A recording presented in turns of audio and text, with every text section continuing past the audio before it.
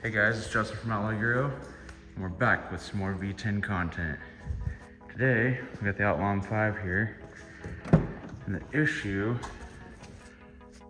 is the headline. I don't know if you can see on the camera.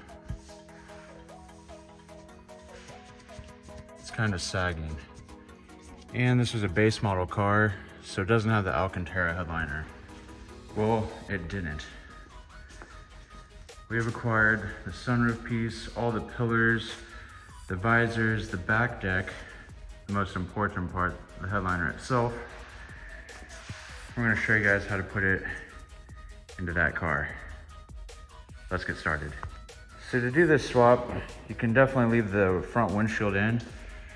Since this windshield has a chip here, that banner needs to be replaced. This molding has came off recently and it needs to be tinted. We're gonna get a new windshield for it. And so before the glass comes in, we're gonna do all the headliners and the pillars and everything. But just so you know, it is possible to do this swap with the windshield in. But yeah, we're gonna take off all these handles. A pillar up there, B pillar, C pillars back here, and this back deck. Along with all of the stuff like their brake light cover here. See how it's coming off. So to remove the handles, just gotta fold it down here. And then put the pick in here, pop it down, it gives you access to the T20 screw. So do that to both sides. One handle down. We'll just buzz the other three out real quick. What's nice about the handles is the screws will stay in there so you don't lose them also. Yeah, they totally stay in. Okay, with all the handles removed, the next thing is gonna be these visors. We have the Alcantara replacements for them. So we're gonna pop those off real quick. All right, to remove the visor, just gonna pop this off to the side. And to remove this piece, it's the same as doing the handles, but instead of doing the top, you do the bottom. You get a little pick in there. Pop this out. T20 screw.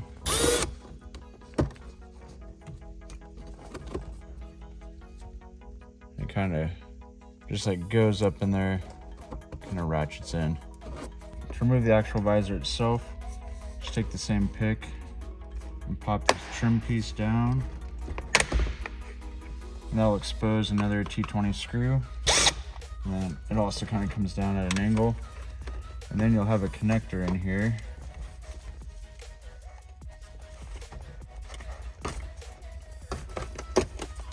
Make sure to pull the wire all the way through.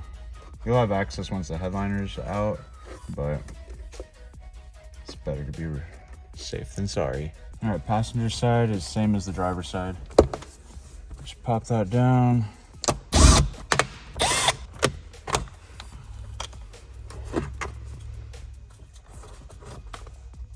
Just connect the connector, and now both visors are off. All right, another thing to do while you're up front is this piece here is also an Alcantara replacement. And you can use the pick or a non-marring tool. Just kind of pop them both down. And exposing all these switches. The switches all have unique connections to each switch. So you can just kind of undo the connectors. They only go back on one way. Another trim piece out. Before removing all of the switches here, you're gonna still need the sunroof. We're gonna have it open so we can remove these covers right here and get the sunroof glass out of the way.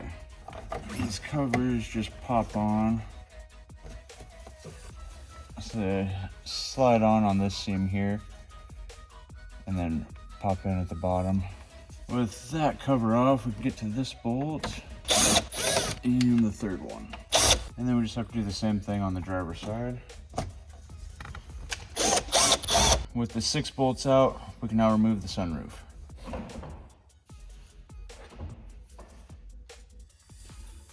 With the sunroof removed, We now have access to the bolts that hold this top piece on. Alright, with the bolts out, you should be able to retract the sunroof, and the shade cover stays in place.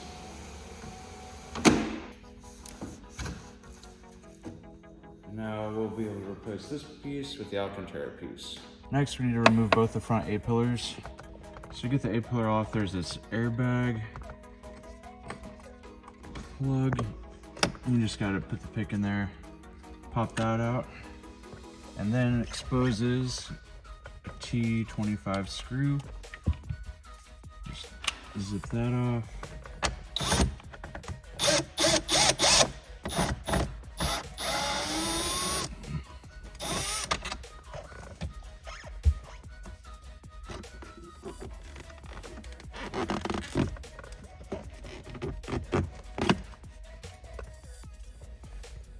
And we'll do the same thing on the driver's side. All right, so with all the front stuff loose, the headliner does start to move now.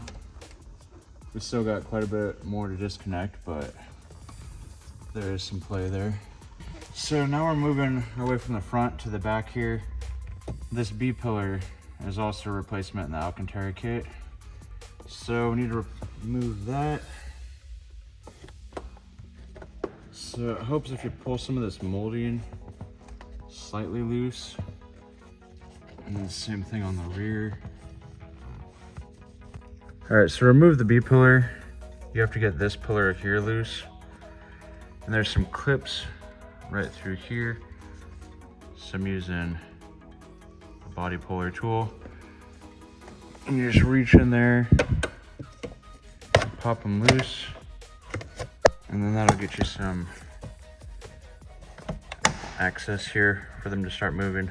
There's also another clip right about here, and so we're gonna use the same body tool to get in there and pop that out. All right, so now the body of the B pillar is out here. Problem is, to get it all the way out, it's trapped in the seat belt. So we're gonna have to get the seat belt disconnected. So the easiest way to get the seat belt out is gonna be to pop this panel loose on the seat, and then it's just gonna be one bolt holding the seat belt on. With this panel removed, we now have access to the T50 bolt for the seat belt.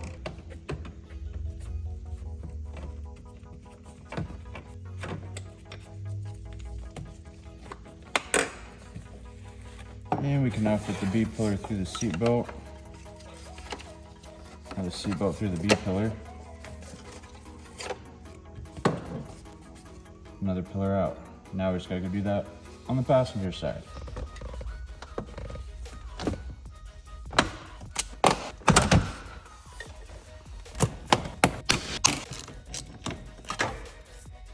Now that the B pillars are removed, we're moving our way towards the back. You can really see the sagging headliner at this point, but we need to remove this piece. All right, so the rear light just goes in, clips on these first, and then pops in and pushes in these clips here. And then just has the one connector. Okay, now we just need to remove this piece. Let's just put the pick in the front here. Pop down. And you can put your hand in and push down from the back. And then you got this connector here. And we now have access to this bolt. All right, we can now remove this screw. It's a Phillips. Another simple piece to remove while you're in the back is the third brake light. All right, you don't have to fold the seat down, but on this M5, the seats do fold down. To remove the C pillar, it's kind of like the A pillar, we have to pull the airbag plug off here, and then it'll have a T25 behind it. Nice. All right, with the C pillar removed, we can remove this piece here. It's just held on by plastic clips, so just using a small body clip puller tool. And this foam piece will come out with it. It helps to get out all the clips. And it slides right out.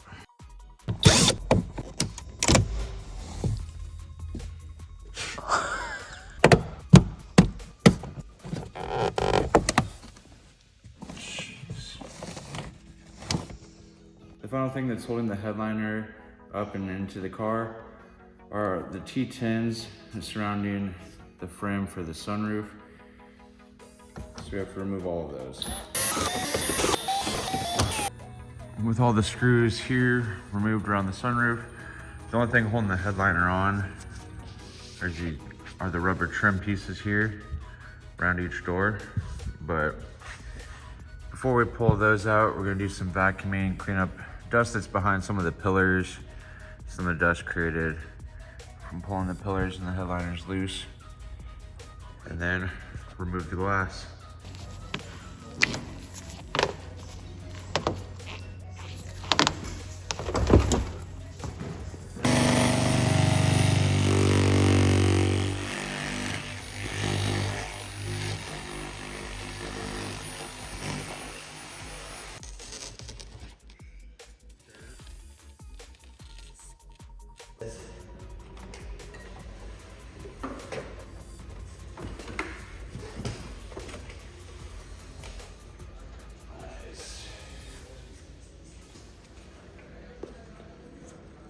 Slide this out and tear out a piece, man.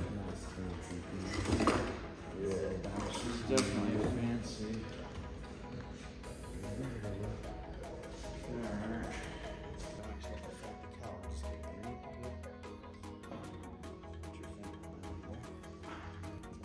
All right, new windshield is in and the headliner's in, but now we have to get all the pillars back in, visors, handles, and obviously all the sunroof parts.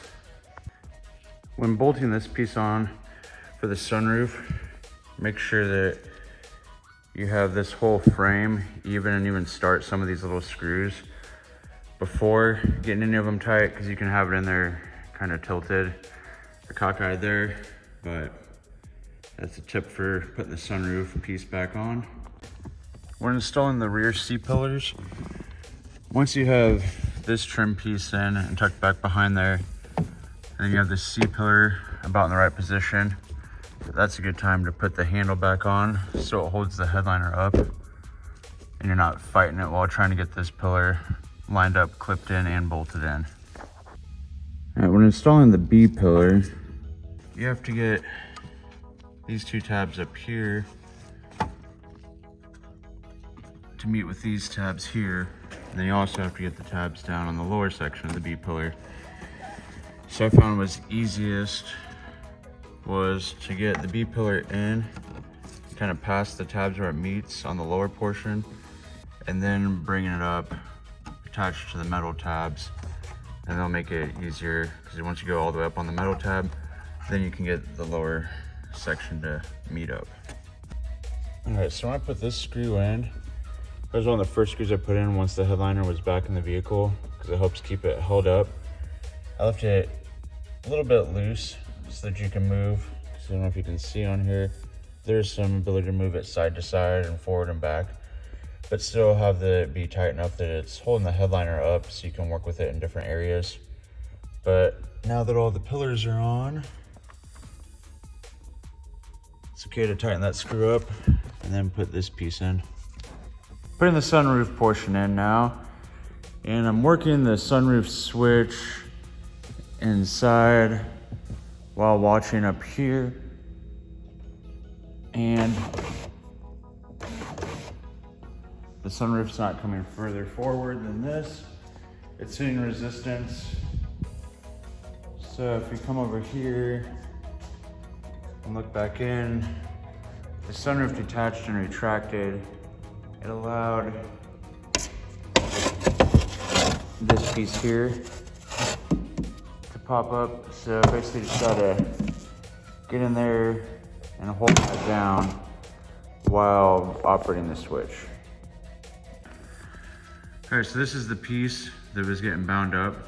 So when the sunroof was retracted all the way, it popped up got bound on the roof. So I used a long pry tool to hold it down, then run it forward. All right, so those are some of the tips on install. Install is really just the opposite of the removal. As you can see, it's all back together now. It's definitely quite the upgrade from the base model material. So, highly recommend that if you have a base model M5 and are trying to spruce it up a little bit.